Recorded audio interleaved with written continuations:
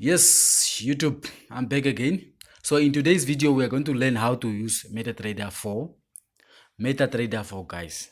So yeah, now as you can see here on the left side, here are the pairs that we trade. Here are the pairs that you see that we trade guys. So now, okay, in the middle, this is a ask, is a bid, is a bid price, and uh the on the left, on the right, that one is a ask price now.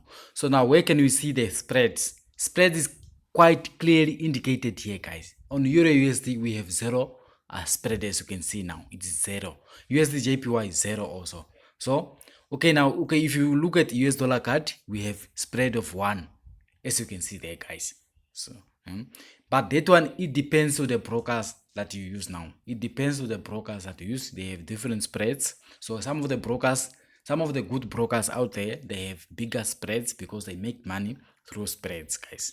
So yeah, okay, now let's see how to add samples or currency pairs or pairs that you trade. Now you just click on this plus button up here, and once you click on it, and then it will give you, if you want to find a sample, you just search it here. But we can clearly see that okay, it's forex, crypto, oil. If you want to add anything that you want to add, any pair that you trade and you know that okay, it's not there, you just click on, okay, I'll just give you an example.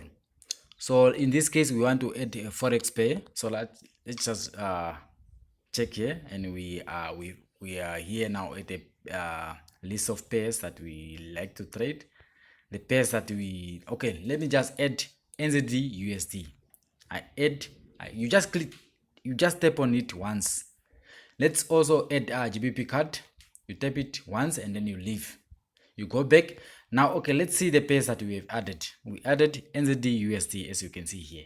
The spread is 0. Now, we also added a GBP card. The spread is 3, as you can see there, guys. So now, what if you want to remove pairs on the list of pairs that you trade? Because there are some pairs that you don't trade as a forex trader, or as a trader, you don't trade everything guys. There are some certain pairs that you don't trade. Now if you want to remove them out, you just click on this pen. There's a pen in the right hand corner. You just click on it, and then you also click on this dustbin. There's a dustbin here, icon there, and then now you select the pairs that you want to remove. Okay, in this case we don't trade euro JPY. We are going to mark it. We don't trade a GBP card, we remove it. AUD CHF, we remove it. NZD USD, GBP card, and we also want to remove AUD USD and the USD CHF. We only want to keep USD JPY. Let me say USD JPY, I'll also remove it because I don't trade it. USD dollar card, GBP JPY, and then you click on that, then it's deleted guys. Now you go back. Here are the list of pairs that I mostly trade guys, but I want to add Bitcoin. I want to add Bitcoin because I trade Bitcoin. So you just click here, and then you come to here, and then you can see that okay, Bitcoin, it's here. So now it's added, as you can see there. So now okay, now let's go to the charts. Now charts, you just click on this second one, and then it's already showing that yes, here is our chart. Now here is our chart. Now if you want to add an indicator, you just click on this F, you click on it, and then if you want to add on a main chart, you just click on this F plus, and then now here you choose now which indicator that you like, that you want to add on your chart. Now either on down below or on the main chart. So we want to add a moving average on this one. So we click on moving average. Now here are the parameters of the moving average. A period is 10. Let me just change it. This is just an example guys. We want to make it 50, and we want to make it simple. Apply to close. Now style 2 pixel. The color you just click on it, and then you choose the color that you want to see on the moving average guys. Once you are done, you click on it, done, and then it's done. So now you can clearly see that okay, the moving average is on the charts guys. So now the candlestick that you see here, the red are for selling and the buy are for buying. Okay, now as you can see now, here are the charts. As I was saying, the red candlestick are for selling and the buys are indicating that there is buyers. The blue one are indicating that there is buyers in the markets now. So now on the right hand side, the numbers that you see on the right hand side here, these are price numbers. This one indicate where the price is, guys. It indicates where the price is. Now, okay. Now let me say you want to place a trade. You just go where? You just say this. You just go to this plus button here up in the right hand corner, and then it shows that okay, yes, you want to place a trade. Now if you want to remove or to reduce the lot size, you just click on here. You just click on here and then you place it. Let me say you want to place 0.01, as you can see here.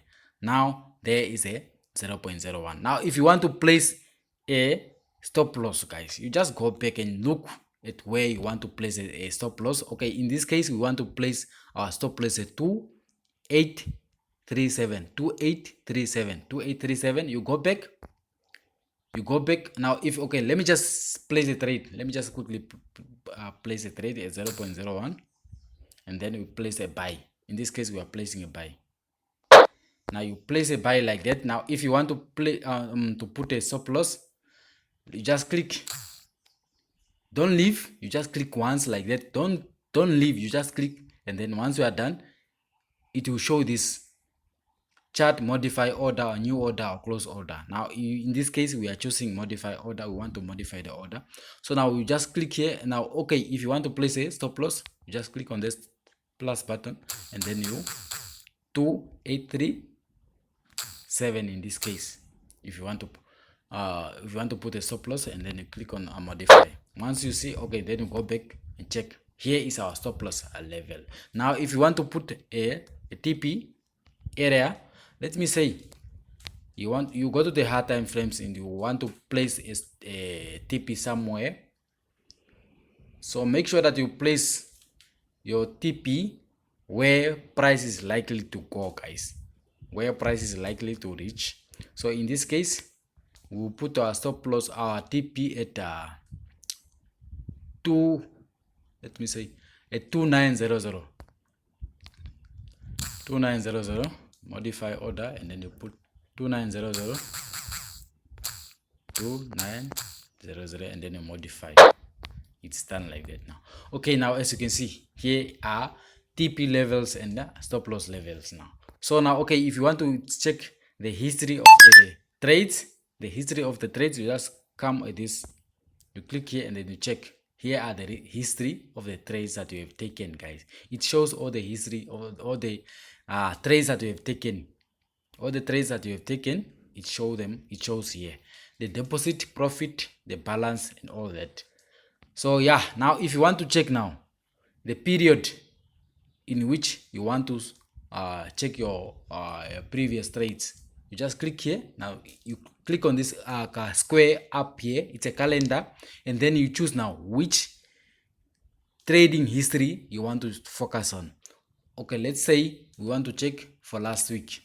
Then you click on it and then it will show trades for last week. So there were no trades for last week. So now okay, you go back. Now what if you want to close the trades? You just click on it, and then once it shows this one, you just click on close order. Once you check like that, you are closing with a loss. So the order is closed like that now. So those are the most important things that you have to check on. And now if you want to check the news also, you can just come here and then you click on it and then you read the news that are here. The messages also, if there is any messages. But for now, those are the main things that you have to focus on now on this app now. So yeah, if there is anything that you would like to know about this more in details, now if you want to know the more advanced one, this is just for beginner forex traders who are coming into the market that don't know how to use MetaTrader form. So guys, if you wish us to cover the more advanced one, drop your comment in the comment section so that I'll go through it and then I'll create a video about that. So yeah, guys, make sure you like the video, share the video, comment below, guys. So yeah. Thanks for watching.